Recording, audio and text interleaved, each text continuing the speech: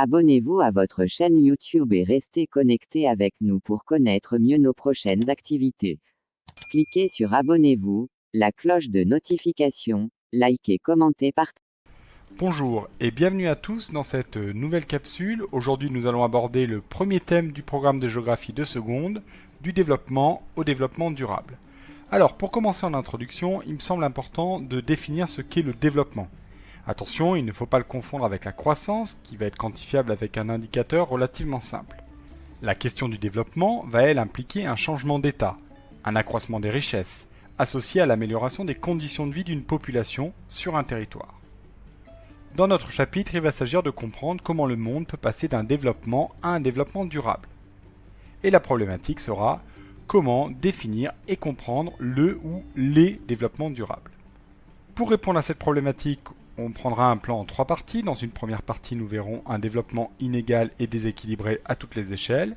Puis nous verrons dans une seconde partie de nouveaux besoins pour plus de 9 milliards d'habitants en 2050, avant, en troisième partie, de définir le développement durable. Vous avez bien suivi? Oui? Alors vous savez que le grand 1, c'est un développement inégal et déséquilibré à toutes les échelles. Grand A, quels indicateurs pour quel développement? Alors longtemps, on a utilisé le PIB pour mesurer le développement d'un pays, mais cet indicateur est uniquement basé sur des éléments économiques. L'IDH a été créé par l'ONU pour mesurer le développement. Il va prendre en compte la durée de la scolarisation, le revenu par habitant et l'espérance de vie. C'est un indicateur plus précis, mais qui masque les inégalités régionales.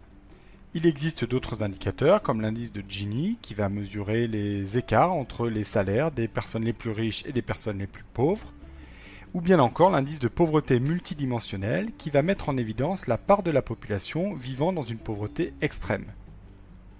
Ces différents indicateurs mettent en évidence un développement inégal et une limite plus ou moins visible entre un hémisphère nord développé et un sud en développement.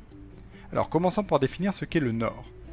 Le Nord, c'est une région où l'IDH est fort. On peut citer l'Amérique du Nord, l'Europe occidentale, le Japon, la Corée du Sud, l'Australie, la Nouvelle-Zélande, ainsi que des pays d'Amérique latine comme le Chili et l'Argentine. Dans ces pays, les inégalités sont certes présentes, mais elles sont moins fortes que dans les Suds. Les Suds, justement, passons à leur description. Alors il y a une grande diversité de situations dans le développement de ces pays, d'où l'utilisation du pluriel. Le développement est plus important en Amérique du Sud et en Asie de l'Est que celui de l'Afrique et de l'Asie centrale. Certains pays du Sud, comme Dubaï, ont un IDH supérieur à celui des pays du Nord, ce qui permet d'ailleurs de relativiser la question de la limite Nord-Sud. On distingue des pays considérés comme émergents, ce qui veut dire qu'ils ont entamé un processus de rattrapage économique, mais que des inégalités subsistent. A l'inverse, les pays les plus en difficulté, qu'on appelle les PMA, pays les moins avancés, cumulent les inégalités et ont une faible croissance économique. Les populations ne peuvent s'appuyer sur l'État qui est défaillant. Grand B, des dynamiques de développement inégales à toutes les échelles. Alors, des inégalités de développement sont visibles à toutes les échelles géographiques. À l'échelle mondiale, on vient de voir, entre les États, mais aussi à l'échelle nationale, à l'intérieur des États, et à l'échelle locale, au sein d'une ville par exemple, entre ses différents quartiers. Les contrastes de développement sont également importants à l'intérieur des différents États, au sud comme au nord, par exemple entre milieux urbains et zones rurales isolées. De même, très souvent, les régions proches des capitales économiques et les régions littorales sont plus développées que les autres. Ainsi, si on regarde cette carte de l'IDH de la Chine, on s'aperçoit parfaitement qu'il y a une forte inégalité entre le littoral et l'intérieur. Ces différences vont engendrer de fortes mobilités, des migrations régionales, mais aussi l'exode rural, le fait que les gens quittent la campagne pour aller s'installer en ville. On peut retrouver les mêmes contrastes à l'intérieur des métropoles. Si la ville est presque dans tous les pays le lieu où se concentrent les populations les plus favorisées, c'est aussi le lieu des inégalités socio-spatiales fortes, avec les quartiers défavorisés. Et ces quartiers défavorisés, on en trouve dans les pays du Nord comme dans les pays du Sud. Dans les pays du Sud, on les nomme les bidonvilles, et près d'1 milliard de personnes vivent aujourd'hui dans ces bidonvilles. Alors une petite définition pour la route. Un bidonville, c'est un quartier défavorisé, construit souvent de manière illégale et dont les habitations sont constituées de matériaux de récupération. Grand E, de nouveaux besoins pour 9 milliards d'habitants en 2050. Grand A, une population mondiale en forte augmentation. Alors entre 1950 et 2018, la population est passée de 2,5 milliards d'habitants à aujourd'hui 7,4 milliards d'habitants.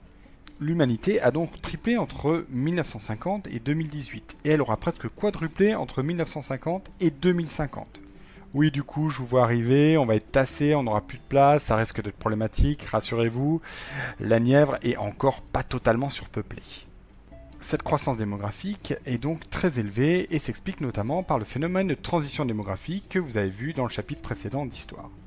Mais ce qu'il faut savoir, c'est que tous les États ne connaissent pas les mêmes rythmes de croissance démographique. Il y a des États où la croissance est forte, supérieure à 2% entre 1990 et 2010. Ces États sont principalement situés en Afrique subsaharienne et en Asie centrale.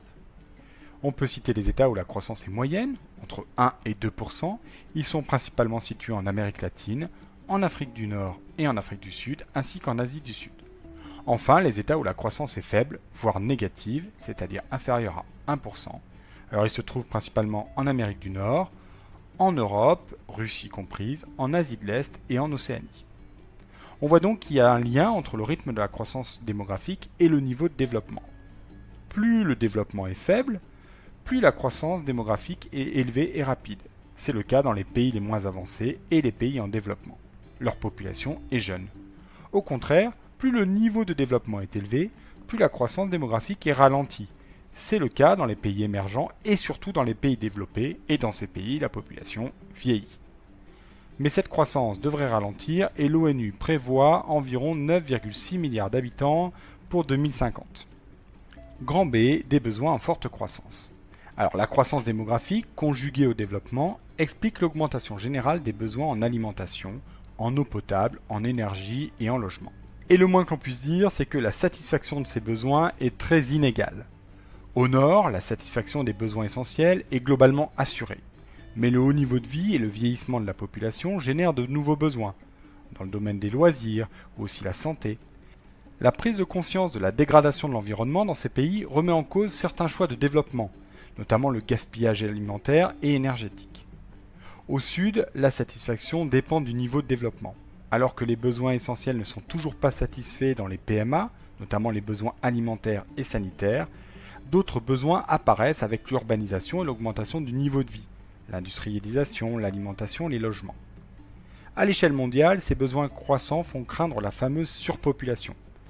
Mais je vous rassure tout de suite, celle-ci n'est pas scientifiquement justifiée et elle peut tout à fait être compensée par une évolution technologique et la capacité des populations à satisfaire leurs besoins, des progrès dans l'irrigation, la mécanisation. Par contre, ce dont on est sûr, c'est que la croissance des besoins va continuer d'augmenter la pression sur les ressources renouvelables, l'eau, les sols, les milieux, mais aussi sur les ressources non renouvelables, les énergies fossiles, les nappes d'eau potable. Et cette croissance menace déjà certains espaces fragiles, les montagnes, les forêts, les littoraux, les mondes arctiques, et accentue l'inégalité d'accès aux ressources. En Afrique subsaharienne, par exemple, la population ayant accès à l'eau a doublé entre 1990 et 2010, mais les citadins ont 2 fois plus de chances d'y accéder que les ruraux. Donc les besoins futurs des 9 milliards d'habitants en 2050 et la capacité à les satisfaire fait actuellement débat. Un nouveau mode de développement semble nécessaire. Il aura pour objectif de combattre les inégalités, de répondre aux nouveaux besoins et de protéger l'environnement. C'est ce qu'on appelle le développement durable. Grand 3, mettre en œuvre des modes de développement durable. Et grand A pour commencer, qu'est-ce que le développement durable? Alors, il a été défini en 1987 dans le rapport Brundtland remis à l'ONU, et le développement durable vise à permettre la satisfaction des besoins des générations actuelles sans empêcher la satisfaction des besoins des générations futures. Vous avez compris? Allez, on va dire que oui. Alors, le développement durable cherche à concilier 3 objectifs majeurs. Un objectif environnemental, qui consiste à préserver les ressources nécessaires à la vie des hommes et à protéger les milieux fragilisés par l'action humaine. Un objectif social, qui consiste à mieux répartir les richesses entre les hommes et à satisfaire leurs besoins élémentaires. Enfin, un objectif économique, qui cherche à générer de la croissance économique et des créations d'emplois. Le développement durable a été initié lors du premier sommet de la Terre à Rio en 1992, qui a abouti à un agenda 21 décrivant les principes à mettre en place au XXIe siècle, notamment dans le domaine environnemental.